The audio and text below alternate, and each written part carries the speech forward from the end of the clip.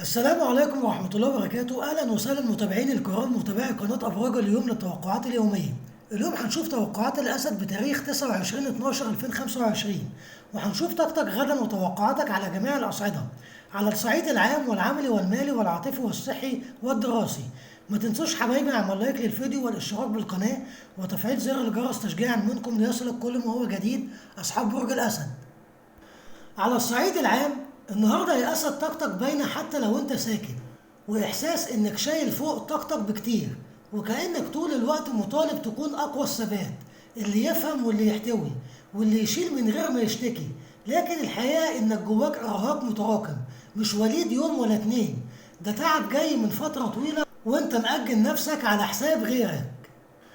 اليوم ده بيكشف لك يا أسد حقيقة مهمة جدا: مش كل اللي سكت عنه كان صح، ومش كل اللي استحملته كان لازم. في وعي جوه منك بيخليك تبص للماضي وتقول أنا اتعلمت، بس مش هرجع أكرر. في مرحلة بتتقفل بهدوء، مش بخصام ولا انصدام، لكن بإدراكك إنك استهلكت طاقتك كفاية في مكان غلط. كمان في احساس انك عايز تهدى وتبعد شويه وتعيد ترتيب نفسك من جوه وتفصل الضوضاء اللي حواليك يا اسد. ده مش ضعف، ده نضج. النهارده مش يوم قرارات سريعه، لكنه يوم مراجعه عميقه، يوم تحط فيه حدود جديده بينك وبين اي حاجه بتستفزك. الطاقة العامة بتقولك يا أسد إنك داخل على حركة قريبة، تغيير أو انتقال، ممكن يكون معنوي قبل ما يكون مادي. بس قبل الحركة دي لازم تسيب حمل تقيل، زي فكرة قديمة أو دور كنت مجبر تعيشه. أنت مش مطالب تفضل قوي طول الوقت، ومش مطالب تثبت لأي حد أي حاجة. اليوم ده كمان بيحذرك يا أسد من إنك تشيل أكتر من اللازم، أو تحاول تراضي الجميع على حساب نفسك.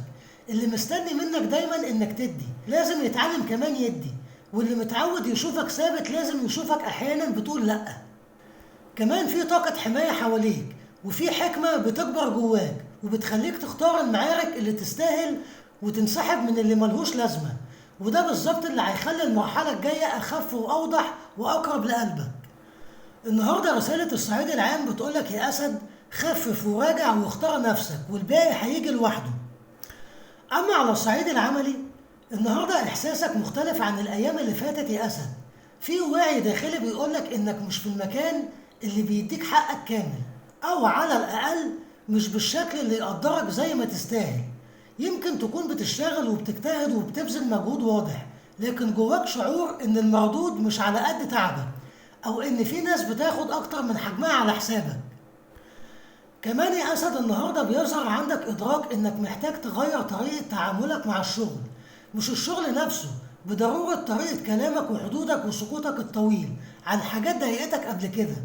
السكوت ده كان محسوب عليك رضا أو قبول، وانت في الحقيقة كنت بتستحمل. الطاقة بتقولك إن المرحلة دي بتخلص، وفي فرصة لإعادة ترتيب وضعك العملي، حتى لو مفيش تغيير واضح قدامك دلوقتي.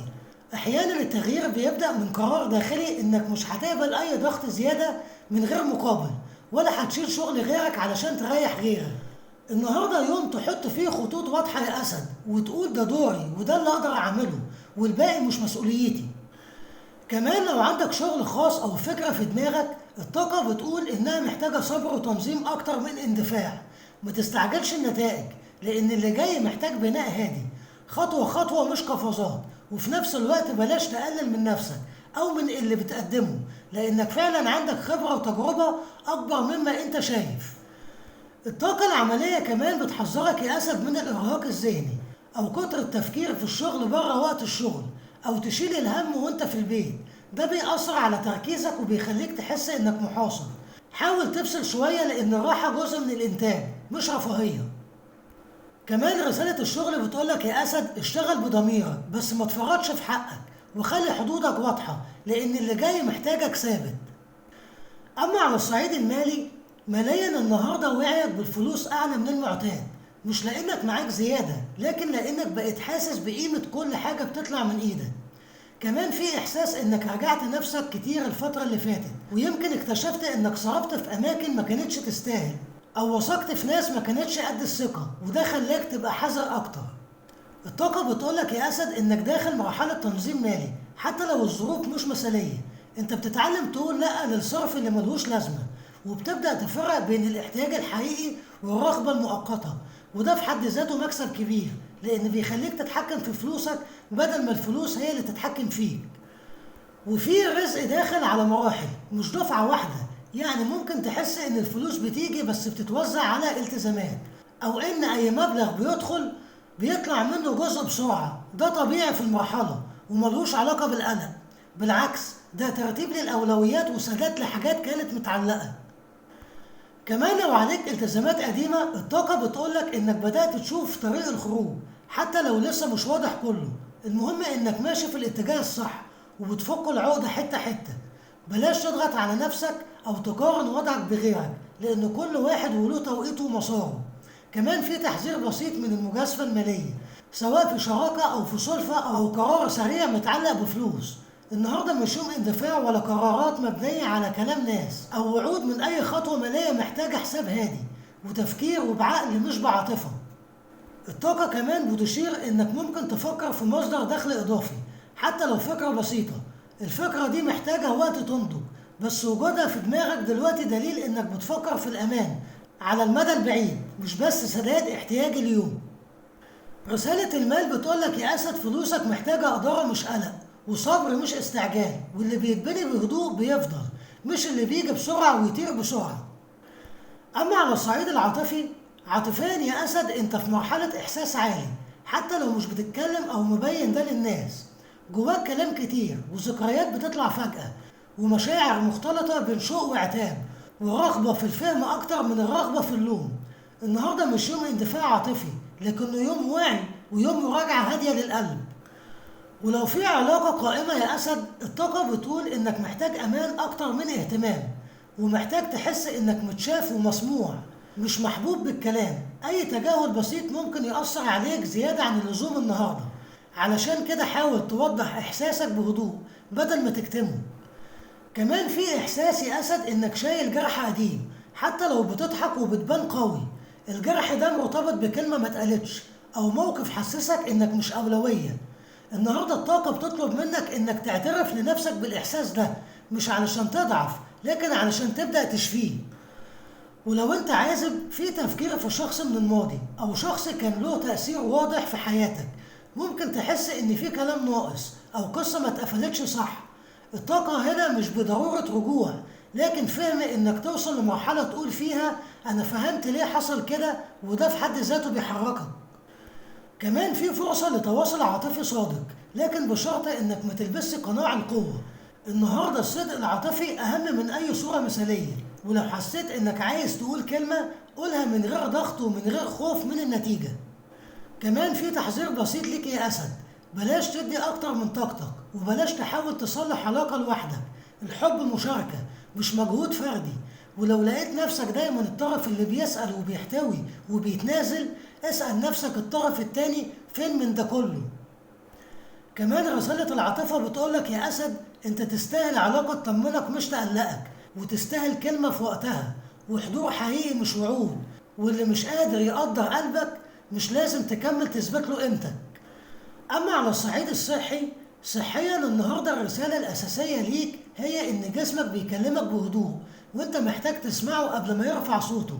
التعب اللي حاسس بيه مش تعب مفاجئ، ده تراكم ضغوط نفسية وفكرية شلتها فترة طويلة من غير ما تدي لنفسك فرصة حقيقية للراحة. يمكن تقول أنا تمام، لكن الإشارات الصغيرة بتقول غير كده. كمان النهاردة ممكن تحس بإرهاق من غير سبب واضح، أو تقل في جسمك، أو شد في الرقبة، أو صداع خفيف رايح جاي. كل ده مش مرض، ده تنبيه إنك محتاج تهدي الإيقاع شوية وتخفف الحمل على نفسك حتى لو ساعة واحدة في اليوم. النوم ليه دور مهم النهاردة. لو نمت كويس هتحس بفرق واضح في مزاجك وطاقة يومك. ولو عندك أرق أو نوم متقطع، حاول تعمل طقس هادي قبل النوم، وتبعد عن الموبايل، وتهدي الإضاءة، وتفصل دماغك عن التفكير في الشغل والمشاكل. الأكل كمان محتاج تنظيم، جسمك النهاردة بيستجيب أكتر للحاجات الخفيفة والمتوازنة.